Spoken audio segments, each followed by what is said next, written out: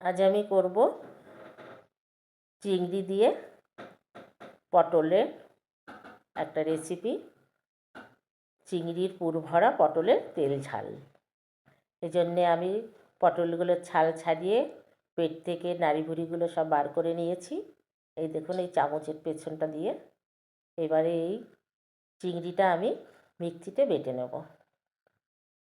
মিক্সির বাটিটা নিয়ে এর মধ্যে চিংড়িটা দিয়ে দিলাম। এখানে আমার 200 গ্রাম চিংড়ি আছে।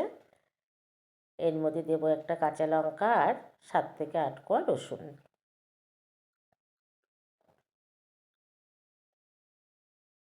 একটু হলুদ দেব আর দেবো একটু লবণ দিয়ে এটাকে আমি বেটে নেব।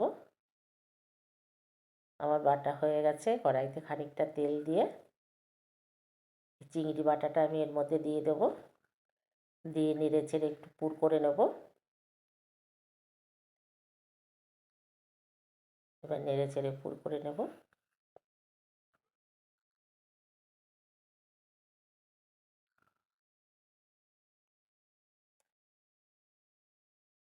দেখুন, আমার পুর রেডি। এইবারে এই পটলের পেটের মধ্যে পুরগুলো ভরে দেব। এই দেখুন, আমি পটলের পেটে পুরগুলো ভরে দিচ্ছি।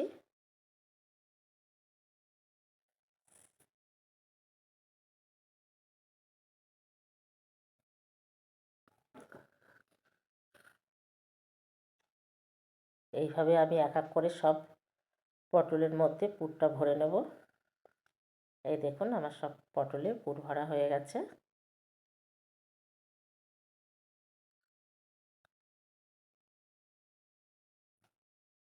এবার একটু হলুদ আর একটু লবণ দিয়ে আমি পটলটা একটু মেখে নেব।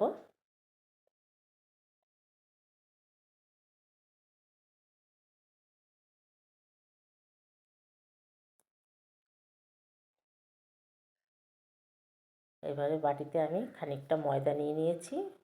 এই ময়দা দিয়ে মুখটা একটু বন্ধ করে দেব। ময়দার গুঁড়ি দিয়ে আমি মুখটা বন্ধ করে দিচ্ছি, যাতে ভাজার সময় পেট থেকে সব বেরিয়ে না আসে। এক এক করে সব পটলের মুখগুলো আমি ময়দা দিয়ে বন্ধ করে দিচ্ছি।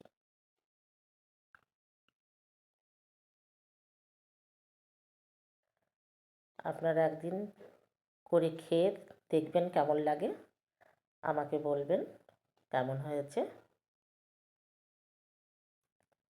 আশা করি খুব ভালোই লাগবে।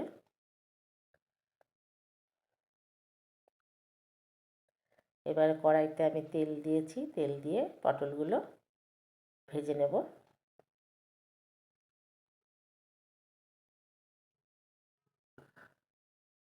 পটলের সাইজটা একটু বড় হলে ভালো হতো, কিন্তু আমি বড় সাইজের পটল পাইনি, তাই ছোট সাইজের পটল নিয়ে এসেছি। এবার পটলগুলো উল্টে পাল্টে ভেজে নেব। এই দেখুন, আমার ভাজা হয়ে গেছে, তুলে নিচ্ছি।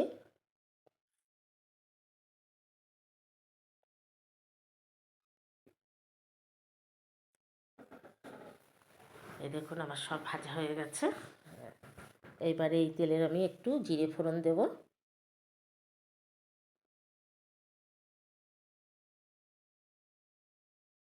আর আগে থেকে আমি একটা মশলা করে রেখেছিলাম। একটা টমেটো, 2টো কাঁচা লঙ্কা, একটা পেঁয়াজ, 3 থেকে 4 কোয়া রসুন দিয়ে আমি একটা পেস্ট করে রেখেছিলাম। এবার এই পেস্টটার মধ্যে তেলের মধ্যে দিয়ে দেবো।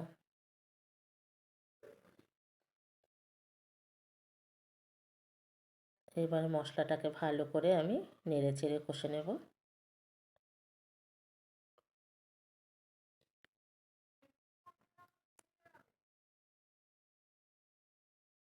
এইবারে এর মধ্যে দিলাম একটু হলুদ, স্বাদ অনুসারে লবণ,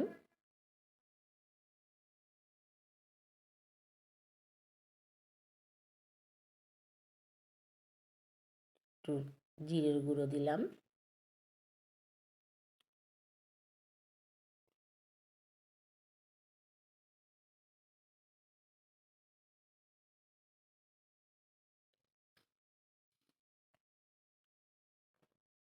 একটু ধনের গুঁড়ি আর একটু লঙ্কার গুঁড়ি দিয়ে আমি মশলাটা কষে নেব। মশলাটা যাতে তলায় না লেগে যায় তার জন্য একটু জল দিয়ে দিলাম। দিয়ে এবার মশলাটাকে ভালো করে কষিয়ে নেব। এই দেখুন আমার মশলা কষানো হয়ে গেছে, তেল ছেড়ে দিয়েছে। এবারে ভেজে রাখা পটলগুলো এর মধ্যে আমি দিয়ে দিচ্ছি। পটলগুলো দিয়ে আমি আরও একটু ভালো করে কষিয়ে নেব।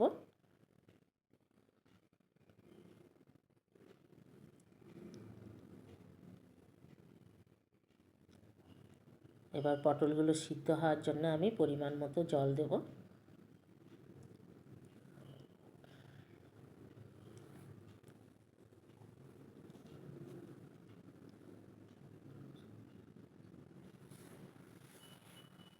আর কিছুক্ষণের জন্য ঢাকা দিয়ে রাখবো। এবার ঢাকনাটা সরিয়ে নিলাম।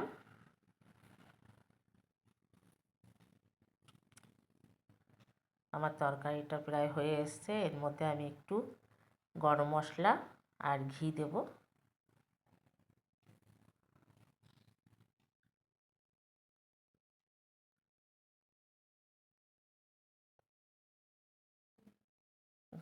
এই দেখুন আমি গরম মশলার ঘি দিয়ে এবারে তরকারিটা নামিয়ে নেব।